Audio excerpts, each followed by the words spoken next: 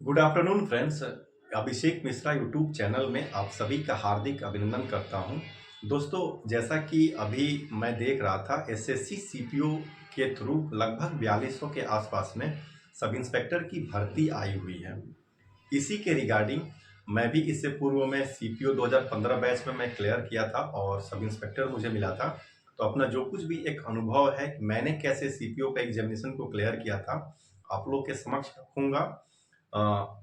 विश्वास कीजिए, you will be benefited much more from that speech. So listen to me carefully. तो एक सामान्य परिचय मैं अपना बता दे रहा हूँ कि मेरा नाम अभिषेक मिश्रा हुआ और वर्तमान में मैं बिहार पुलिस में as a sub inspector posted हूँ। इससे पूर्व में भी मैंने अपनी सेवाएं इंडियन रेलवे में एज अ ग्रुप डी और टेक्नीशियन दोनों में मैं दे चुका हूँ। तत्पश्चात मेरा सीपीओ 2015 बैच से सिलेक्शन हुआ और मुझे सब इंस्पेक्टर बीएसएफ मिला। तो मैंने कैसे सीपीओ क्लियर किया मैं आपको बता रहा हूँ। आप ध्यान से सुनिएगा और अपने दोस्तों को शेयर कीजिएगा। मुझे पूर्ण विश्वास है कि आपको इससे बेनिफिट जरूर होगा। देखिए, ये आपका नोटिफिकेशन है, ठीक ना। नोटिफिकेशन है जो आपका ये 4/3 से लेके आपका 28/3 तक आपको जो ऑनलाइन आप आवेदन इसमें कर सकते हैं। और जो लास्ट जो पेमेंट है आपका 29 मार्च तक आप कर सकते हैं। हम लोग डायरेक्ट जो काम की इसमें चीज़ है हमको इसमें हम उसको देखेंगे, ठीक ना। अब देखिए, जो आपका जो बेसिक पे होता है ये आपका 35,400 से या 1,12,400 तक ये होता है। और ये जो आपका जो ग्रुप बी का आपका जॉब ये जितना भी है ना, ये आपका जो मतलब सीएपीएफ का है वो सब ये ग्रुप बी का जॉब है। बट जो दिल्ली पुलिस का सब इंस्पेक्टर का है ये आपको ग्रुप सी का जॉब की कैटेगरी में इसको रखा गया है। देखिए, अब आगे आपको बता रहे हैं कि ये जो आपका सब इंस्पेक्टर एक्स इन दिल्ली पुलिस क्या सीट है इसमें। तो देखिए, इसमें कुल आपका 125 सीट है। फिर आपका ये फीमेल के लिए आपका 61 सीट है।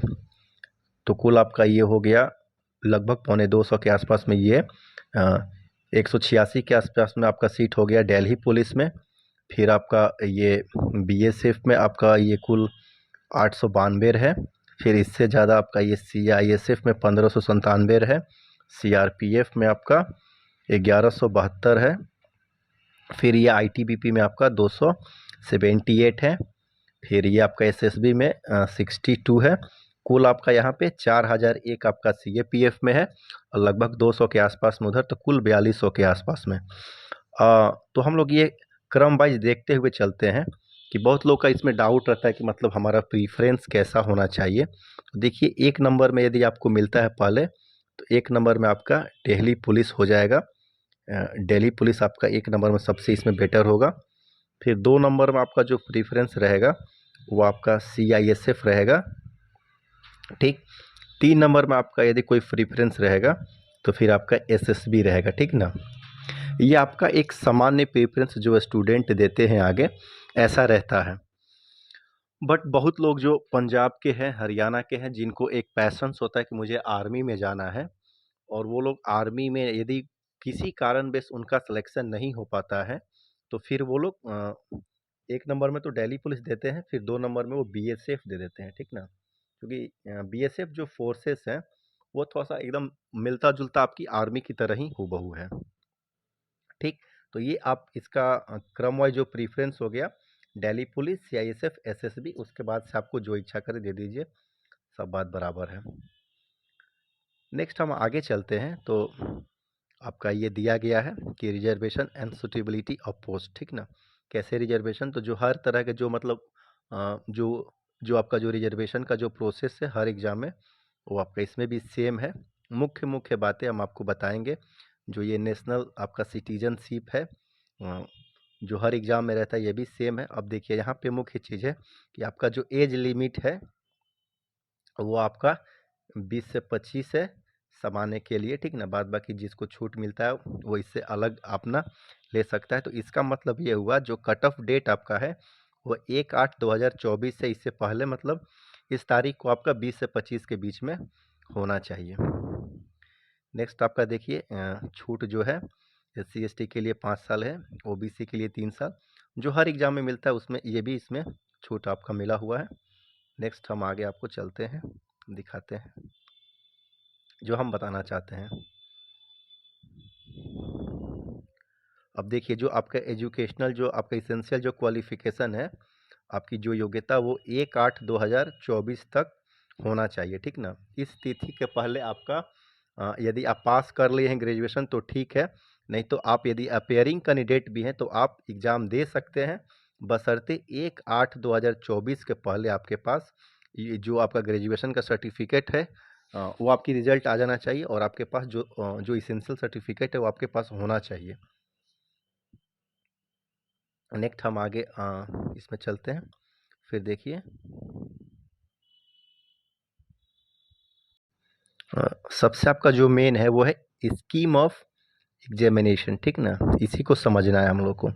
तो देखिए जो इसका आपका स्कीम है ना वो क्या, पहले पेपर 1 होगा, ठीक ना? पहले आपका जिसको हम लोग प्री भी बोल सकते हैं, ठीक ना? पेपर 1 होगा, पेपर 1 के बाद आपका क्या होगा, पीएसटी मतलब हाइट चेस्ट जो आपका नाप होता है ये होता है। फिर 3 नंबर में आपका होता है क्या, प्री आपका पीटी होता है, फिजिकल इफिशियंसी टेस्ट, ये होता है, हम लोग का भी हुआ था। तब आपका होगा पेपर 2, फिर क्या होगा आपका पेपर 2, आपका पेपर 2 में जो आपका सिर्फ इंग्लिश उसमें पूछा जाएगा। फिर आपका लास्ट में हो जाएगा मेडिकल एग्जामिनेशन और उसके बाद से आपका हमारे समय में इंटरव्यू भी था, बट अभी इंटरव्यू ख़त्म हो गया तो फिर आपका मेरिट लिस्ट आ जाएगा, ठीक ना? अब आपको बता रहे हैं कि देखिए आपका ये रीजनिंग है, रीजनिंग का 50 क्वेश्चंस 50 मार्क्स। फिर आपका ये जीए है, आपका जीके जीएस है, इसके लिए 50 क्वेश्चंस 50 मार्क्स। ये आपका मैथ है 50 क्वेश्चंस 50 मार्क्स। फिर आपका ये इंग्लिश है 50 क्वेश्चंस 50 मार्क्स। कुल ये 200 मार्क्स का आपका एग्ज़ाम होता है 2 घंटे में, ऑनलाइन एग्ज़ाम आपका ये है। ये जो आपका सिलेबस है, अकॉर्डिंग टू सिलेबस हम इसी का डिस्कशन करेंगे कि कैसे आपको करना है।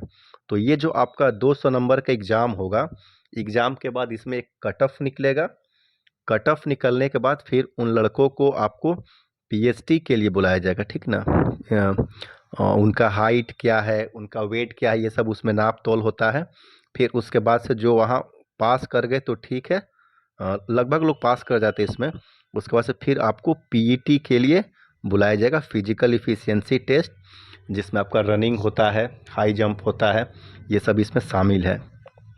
फिर आपका लास्ट में ये जब आप इस स्टेज को पास कर जाएगा तो फिर आपका 200 का इंग्लिश होगा और इंग्लिश आपका जब हो जाएगा फिर आपको नेक्स्ट स्टेज के लिए बुलाया जाएगा, आपका मेडिकल के लिए, ठीक ना? मेडिकल पास करने के बाद हमारे समय में भी इंटरव्यू होता था, तो मेरा इंटरव्यू लखनऊ में हुआ था और उसके बाद से फिर आपका मेरिट लिस्ट आएगा और फिर आपको विभाग अलॉट हो जाएगा कि आपका अकॉर्डिंग टू मेरिट लिस्ट और आपका प्रेफरेंस आपको बीएसएफ मिला है, सीएसएफ मिला है, ये बता दिया जाता है, फिर आपकी ट्रेनिंग शुरू हो जाती है।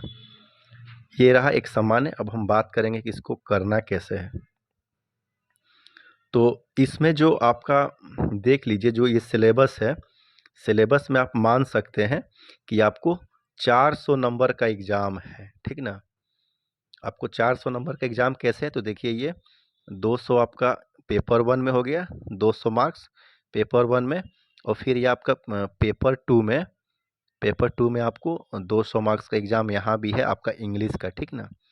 तो कुल आप जब इसको विश्लेषण करेंगे तो आपको ये 400 मार्क्स का पेपर है और 400 मार्क्स में आपका 250 मार्क्स का इंग्लिश है, ठीक ना?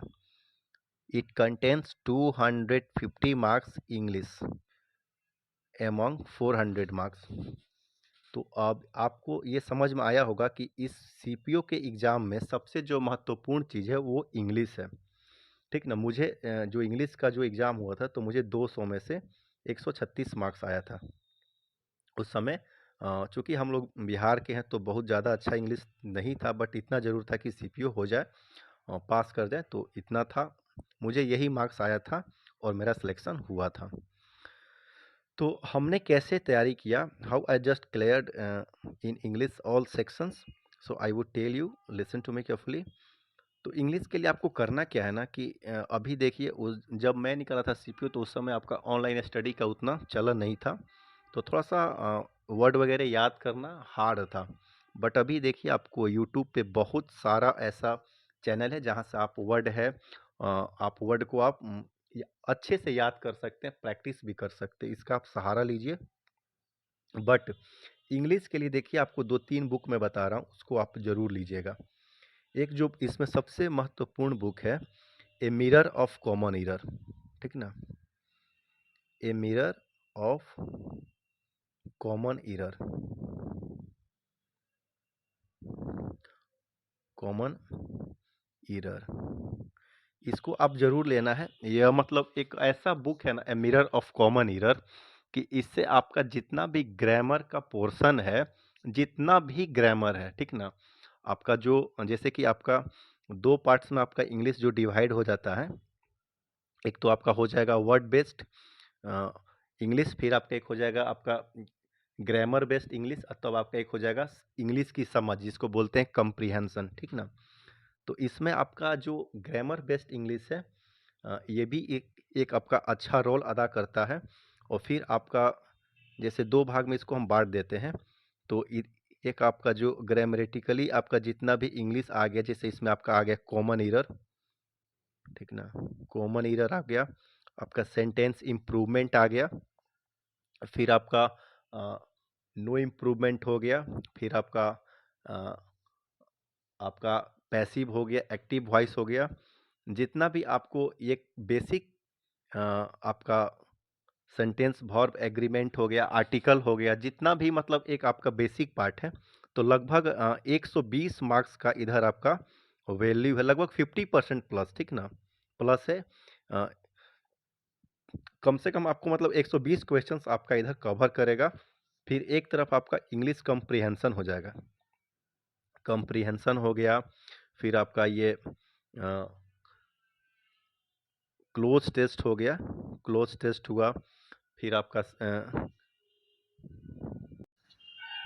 बेसिक अंडरस्टैंडिंग इंग्लिश का यहाँ से आपको पूछा जाएगा, ठीक ना। तो ये मिला के कुल आपका 200 क्वेश्चंस होगा। तो एक जो आप बुक ले लीजिएगा, a mirror of common error, यह एक बहुत ही अच्छा प्रैक्टिस करने के लिए बुक है, जिससे आपका ग्रामर का सारा पोर्शन इससे आपको कंप्लीट हो जाएगा। और मैक्सिमम तो क्वेश्चंस वहीं से पूछे भी जाते हैं। हमने लगभग 2 बार इसका पूरा प्रैक्टिस किया था, और जिस समय हम करते थे तो हमको बहुत सारा मुँह ज़बानी याद भी हो गया था, प्रैक्टिस करते-करते, ठीक ना। जैसे इसमें आगे दिया हुआ है, आप इसको देख सकते हैं। तो आगे में आपका ये देखिए पेपर 2 का जो सिलेबस है, पेपर 2 का सिलेबस आप देखिए, ठीक ना। Questions in this components will be designed to test the candidate's understanding and knowledge of English and will be based on error recognition, ठीक ना। तो आपको इसमें बताया गया कि आपका सिर्फ जो बेसिक जो अंडरस्टैंडिंग है, आप कितना समझ पाते हैं इंग्लिश का, आपको वही पूछा जाएगा, फिलिंग इन द ब्लैंक्स, ठीक ना, using verbs, preposition, article etc, vocabulary, spelling, grammar, sentence structures, synonym, antonym, sentence completion, phrase and idiomatic use of words comprehension। तो ये एक जितना भी चीज़ है ना, यह एक रेगुलर प्रैक्टिस से ही आपको संभव है। और इसमें सबसे बड़ी बात है, जो हिंदी भाषी क्षेत्र के जो लोग होते हैं, वो उतनी मतलब ग्रामर में या इंग्लिश में थोड़ा सा वीक होते हैं, तो उनके लिए ये दो जो बुक है, a mirror of common error, और दूसरा जो आपका न्यूज़पेपर एक है आपका द हिंदू, ठीक ना। तो द हिंदू न्यूज़पेपर को आपको पढ़ने का आदत डालना पड़ेगा, जिससे आपका जो वर्ड मीनिंग्स है वो काफ़ी स्ट्रांग होगा। और direct believe me, most of the words would be asked in the examination from the Hindu newspapers. So at first in the nation you have to go through the Times of India newspaper। पहले आपको times of India, जो times of India newspaper है, वहाँ से आपको पढ़ना है। Times of India धीरे धीरे एक आध मंथ जब आप उसको रीड आउट कर लीजिएगा, समझने लीजिएगा, फिर आप उसके बाद से आपको द हिंदू आपको लेना है, ठीक ना। द हिंदू उसके बाद से आपको लेना है, क्योंकि यहाँ थोड़ा सा आपको लेवल अपर मिलेगा, तो थोड़ा सा समझने में दिक्कत होगा। और टाइम्स ऑफ इंडिया में छोटा छोटा सेंटेंस होता है, तो पढ़ने में आपको आसान होगा, समझने में आपका आपको आसान होगा। फिर उसके बाद से द हिंदू लीजिए और अपना खुद का एक डिक्शनरी बना दीजिए। जैसे कोई आप ले लिए, अ, आप कोई आप ये रजिस्टर ले लिए या आप मतलब अ,